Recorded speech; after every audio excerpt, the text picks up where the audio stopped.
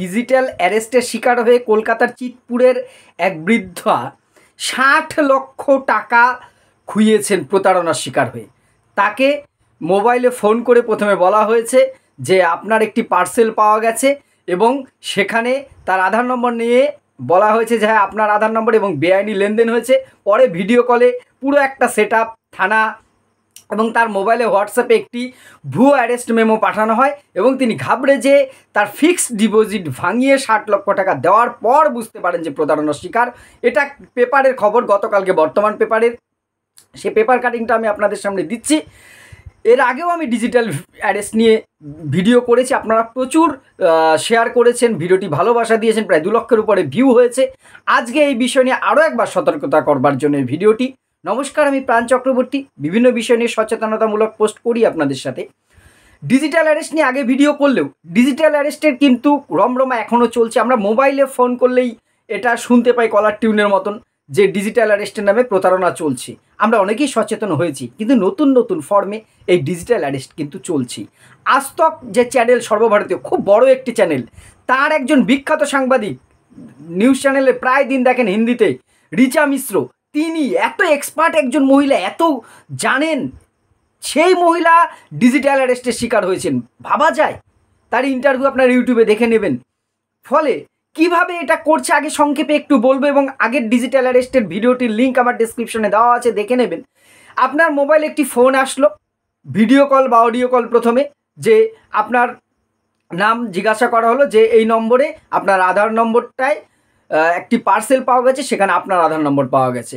আপনি ঘাবড়ে যাবেন প্রাথমিকভাবে এবং তারপরে আপনাকে ভিডিও কলে দেখাচ্ছে যে একটা থানার থেকেই সেই সেটআপটা ওরা করে নিয়েছে, অনেকটা শুটিংয়ের মতন।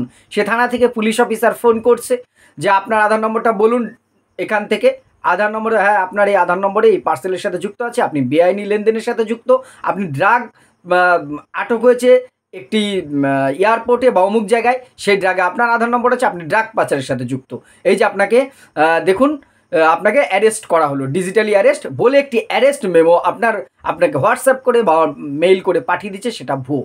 এবার আপনি হয়তো ঘাবড়ে যাচ্ছেন, তখন বলছে যে ফোনটি কাটবেন না, আপনাকে কিন্তু না হলে অনেক সমস্যায় পড়তে হতে পারে। আপনি যার সাথে এখন যোগাযোগ করবেন তারাও কিন্তু এই প্রতারণার চক্রে জড়িত হয়ে যাবে। আপনি আপনার পরিজন পরিবার কাউকে জড়াতে চাইবেন না, তখন ভুয়ো উকিল সব কিছু আপনার সামনে আসবে, তারা একটা স্টুডিওতে বসে এটা আপনার সাথে ফ্রডটা করছে। এই রকম সিচুয়েশনে আপনার কাছে তারা বলবে, সেই উকিল বলবে আপনাকে জামিন করা হবে, এই করা হবে, এই টাকা দিন। তখন আপনি অনলাইনে পেমেন্ট করে হোক, যদি অনলাইন না বোঝেন ব্যাঙ্কে অ্যাকাউন্ট নম্বর চাইবে, ওটিপি চাইবে, আপনি তাদের একটা হেপনোটাইজ আপনাকে করে নেবে। বিষয়টা শুনতে হাস্যকর, একটা গল্পের মতন মনে হলেও হাজার হাজার লোক প্রতিদিন এইভাবে প্রতারণা হচ্ছে। যখন এবার আপনি টাকা দিচ্ছেন দীর্ঘ সময় কারোর সাথে যোগাযোগ না করে, আপনার সমস্ত সর্বস্ব খোয়ানোর পরে আপনি হয়তো বুঝছেন যে আপনি প্রতারণার শিকার হয়েছে। এত মারাত্মক আকার নিয়েছে বলেই প্রধানমন্ত্রী আমাদের মন কি বাতে এটা নিয়ে কথা বলেছেন এবং যে কোনো ফোনে ফোন করলেই দেখুন কলার টিউনের মতন শোনা যাচ্ছে ডিজিটাল অ্যারেস্ট হতে পারে। ঠিক এরকমভাবেই কলকাতার চিতপুরের এক বৃদ্ধার কাছে ফোন আসে প্রথমে যে আপনার আধার নম্বরে একটি পাওয়া গেছে, পার্সেল পাওয়া গেছে, তার মধ্যে কিছু অবৈধ জিনিস পাওয়া গেছে, এবারে আপনাকে কিন্তু জবাবদিহি করতে হবে। আপনি ধরুন আপনাকে ভিডিও কল করে অফিসার কথা বলছে, এবার উনি যখন ভিডিও কলটা হোয়াটসঅ্যাপে রিসিভ করছেন তখন দেখছেন হ্যাঁ উল্টো দিকে পুলিশের পোশাক পরা, মুম্বাই পুলিশের লোগো লাগানো একজন অফিসার তার সাথে হিন্দিতে কথা বলছে এবং তখন তাকে এরকম বিভিন্ন রকমভাবে ভয় দেখানো হয়। সে বৃদ্ধা বাড়িতে একা থাকেন, তার ছেলেরা বিদেশে থাকে। এইবার বলছে ঠিক আছে, এরপরে কি, উনি বলছে কি করতে হবে, তখন বলছে ঠিক আছে আপনি সিনিয়র অফিসারের সাথে কথা বলুন, বলে আরও একজন অফিসারের সাথে কলটা ট্রান্সফার করা হয়। তিনিও অবশ্যই ভুয়ো কিন্তু পুলিশের পোশাক পরে, তার আধার নম্বর চাওয়া হয় এবং সে আধার নম্বর মিলিয়ে বলা হয় এই আধার নম্বর এই সমস্ত তথ্য, আপনি বেআইনি লেনদেনের সাথে যুক্ত। উনি বলেন না আমি বাড়িতে একা থেকে আমি কি করে বেআইনি লেনদেনের সাথে যুক্ত, বলে আপনার আধার নম্বর দিয়ে হয়তো অন্য কেউ বা কারা করেছে, কিন্তু আধার নম্বর যেহেতু আপনাকে কিন্তু অ্যারেস্ট করা হবে। উনি ভয় পেয়ে যান এবং একটি ভুয়ো অ্যারেস্ট মেমো, একটি কাগজ, অ্যারেস্ট করার কাগজ তার ফোনে পাঠানো হয় যে দেখুন আপনাকে কিন্তু অ্যারেস্ট করা হয়েছে, আপনি কারোর সাথে এই মুহূর্তে যোগাযোগ করলে তারাও কিন্তু ফেঁসে যাবে। উনি তখন বললেন আমি বাঁচবো কী করে এইখান থেকে, তখন বলা হয় যে আপনাকে টাকা দিতে হবে। উনি সেই ব্যাংকে যে নিজের ফিক্সড ডিপোজিট ভাঙিয়ে ৬০ লক্ষ টাকা প্রতারকদের দেয়, কিন্তু তারপরেও প্রতারকরা আবার বিভিন্নভাবে তার কাছ থেকে টাকা দাবি করে। তখন তিনি বোঝেন যে আমি প্রতারণার শিকার হয়েছি। তৎক্ষণাৎ তিনি ব্যাংকে যান, কিন্তু ব্যাংক বলেন যে টাকা তো ট্রান্সফার হয়ে গেছে, আমার কিছু করার নেই, তাদের অ্যাকাউন্টে চলে গেছে। তারপর তিনি যান থানায় এবং চিতপুর থানার থেকে সেই ব্যাংকে যোগাযোগ করা হলে কিছু টাকা ফ্রিজ করা গেছে, কারণ তারা যে অ্যাকাউন্টে টাকাটা নিচ্ছে সেই অ্যাকাউন্টে তারা টাকাটা রাখছে না, সাথে সাথে ট্রান্সফার করে দিচ্ছে। এবং যে অ্যাকাউন্টে ট্রান্সফার হচ্ছে সেইগুলো এমন ক্রিপ্টোকারেন্সি বা এই ধরনের অ্যাকাউন্ট, সেই অ্যাকাউন্টগুলোকে আর ট্র্যাক করা যাচ্ছে না। এইবার প্রশ্ন, আপনি বলতে পারেন যে অ্যাকাউন্টে টাকাটা ঢুকেছে তার মধ্যে দিয়ে তো প্রতারককে ধরা যায়, প্রতারককে সহজেই ধরা যায় না। এখানে আর একটা খেলা আছে, হয়তো আমার আধার নম্বর দিয়ে ভুয়ো অ্যাকাউন্ট প্রতারকটা খুলেছে, আমি নিজেই জানি না। এটা নিয়ে আমি পরে একদিন ভিডিওতে বলবো কি করে আমার আপনার তথ্য দিয়ে অনেক ভুয়ো অ্যাকাউন্ট বাজারে ছেয়ে রয়েছে, ভুয়ো সিম এবং ভুয়ো অ্যাকাউন্ট, সেই রকম ভুয়ো অ্যাকাউন্টে তারা টাকাটা নিচ্ছে, ফলে তাদেরকে ধরা খুব কষ্টকর হয়ে যাচ্ছে এবং সেই অ্যাকাউন্টে টাকাটা তারা রাখছে না, অন্য অ্যাকাউন্টে যে অ্যাকাউন্টে টাকাটা নিচ্ছে সে অ্যাকাউন্ট থেকে অন্য অ্যাকাউন্টে নিয়ে নিচ্ছে। সেই বৃদ্ধা কিন্তু 60 লক্ষ টাকার প্রতারণার শিকার হয়েছে। তথ্য বলছে 2024 সাল থেকে এই 25 সালের এই কয়েক মাসে কয়েক হাজার কোটি টাকার ডিজিটাল অ্যারেস্টে কিন্তু প্রতারণার শিকার মানুষ হয়েছে। তাই সতর্ক না থাকলে আপনিও কিন্তু এই ফাঁদে পড়তে পারেন। রিচা মিশ্রর মতন একজন অভিজ্ঞ সাংবাদিক সর্বভারতীয় স্তরে, তিনি যদি এই ফাঁদে পড়তে পারেন, আপনি হয়তো ভাবছেন এটা গল্পের মতন, কিন্তু এমন একটা অ্যাটমসফিয়ার তারা তৈরি করছে যেখান থেকে আমরা সেটাকে সত্য মেনে নিচ্ছি। এবং আধার নম্বর দিয়ে যেহেতু সব কিছু চলছে, এই আধার নম্বরের বলে আমরা ভাবছি হয়তো তাহলে আমার আধার দিয়ে কেউ বেআইনি কাজ করেছে, আমাকেই ধরবে। ওরা এমনভাবে তথ্য সাজাচ্ছে, বিশ্বাস করতে মানুষ কিন্তু বাধ্য হচ্ছে। তাহলে এখান থেকে বাঁচবো কী করে?